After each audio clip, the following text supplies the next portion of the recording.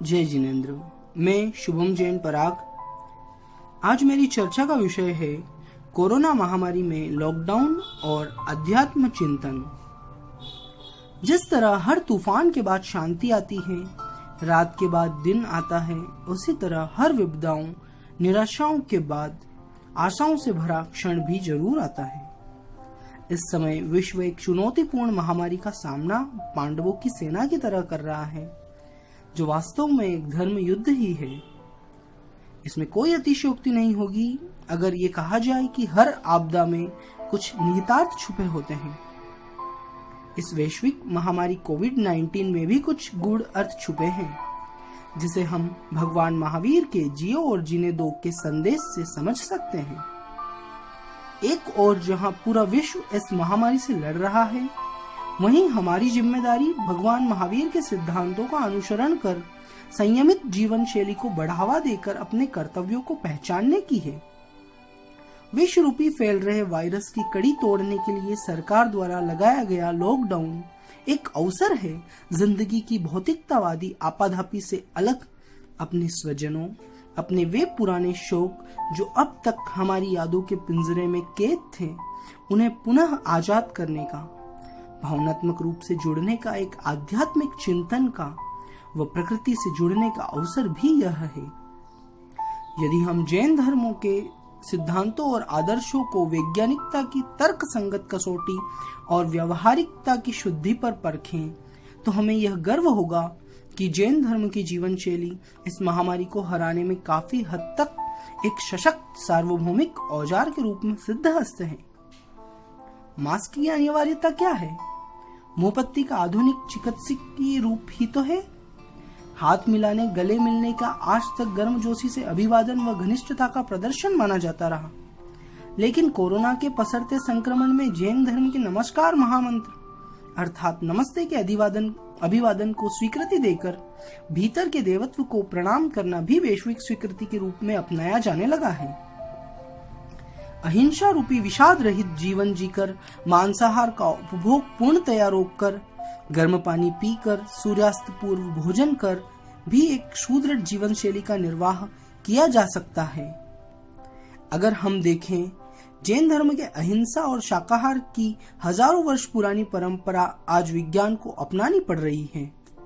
जैन जीवन शैली के खाद्य पदार्थ भोजन आज रोग प्रतिरोधक क्षमता, इम्यूनिटी को बढ़ाने में सर्वाधिक कारगर साबित हो रहे हैं। जिन शासन की शुचिता के आचरण को सर्वमान्य किया गया है। इस घातक संक्रामक रोग की जड़ क्या है? अखाद्य पदार्थों का सेवन। दूसरी ओर संतों को की तरह निवास स्थान में रहकर आत्ममंथन करना, अन्न झूठा नहीं छोड़ना, जरूरत से ज्यादा सामग्री का उपभोग न करके भी जन कल्याण की भावना व अपने कर्तव्यों का निर्वहन सम्मान पूर्वक किया जा सकता है। पानी छानकर पीना भी रोग प्रतिरोधक क्षमता को ही बढ़ावा देता है। इन सभी उपायों को जिन शासन की सूचिता के आचरण को सर्वमान्य कर आडंबर रहित जीवन शैली को आत्म स्वीकृत देकर एक नए युग के परिवर्तन को स्वीकारना ही कोरोना रूपी युद्ध जीतने का अचूक बाण भी माना जा सकता है। वर्तमान समय में विश्व पटल पर एक नई चुनौती लेकर आया कोरोना, परंतु चुनौती उन लोगों के लिए है जो स्वयं से अनभिज्ञ है, जबकि धर्म अध्यात्म से जुड़े लोगों के लिए यह तो एक अनुपम अवसर साबित हो सकता है। अध्यात्म शब्द सुनते ही आम सोच एक अलग ही बहुत ही विचित्र परिस्थिति की ओर जाती है, परंतु अध्यात्म का प्रथम चरण हमारे दैनिक आचरण, हमारी जीवनचर्या पर निर्भर होता है। हमारी दैनिक चर्या नियमित संतुलित होगी तो अध्यात्म की दिशा की ओर जाना सहज सरल होगा। आध्यात्म दिशा हमें सजगता की नींव पर समता का महल बनाने में मजबूती देती है। अध्यात्म का रास्ता बहुत ही लंबा है, फिर भी अभी होने वाले अनुभव को आपके समक्ष रखा है। वास्तव में अध्यात्म स्वयं का ही साक्षात्कार है।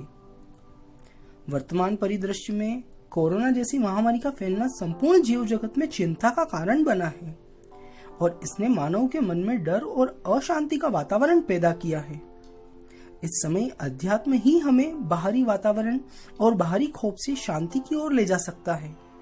हमें अपने चित्त को शांत रख धर्म और अध्यात्म की ओर मुख करना पड़ेगा। जिससे कि बाहरी जगत में फैली अशांति हमारे मन को भ्रमित न कर पाए। हमें हमारी दैनिकचर्या में स्वाध्याय, धर्म और अध्यात्म चिंतन शामिल कर कोरोना को हराने के लिए मानसिक रूप से तैयार होना पड़ेगा। और जब हम ऐसा कर पाएंगे तब हम जानेंगे कि मन से बड़ी शक्ति और कहीं नहीं है। मन के हारे हार है, मन के जीते जीत। आप सभी से यही निवेदन है, घर में रहें, सुरक्षित रहें, अपना और अपनों का ख्याल रखें। धन्यवाद। जय जिनेंद्र, जय हिंद।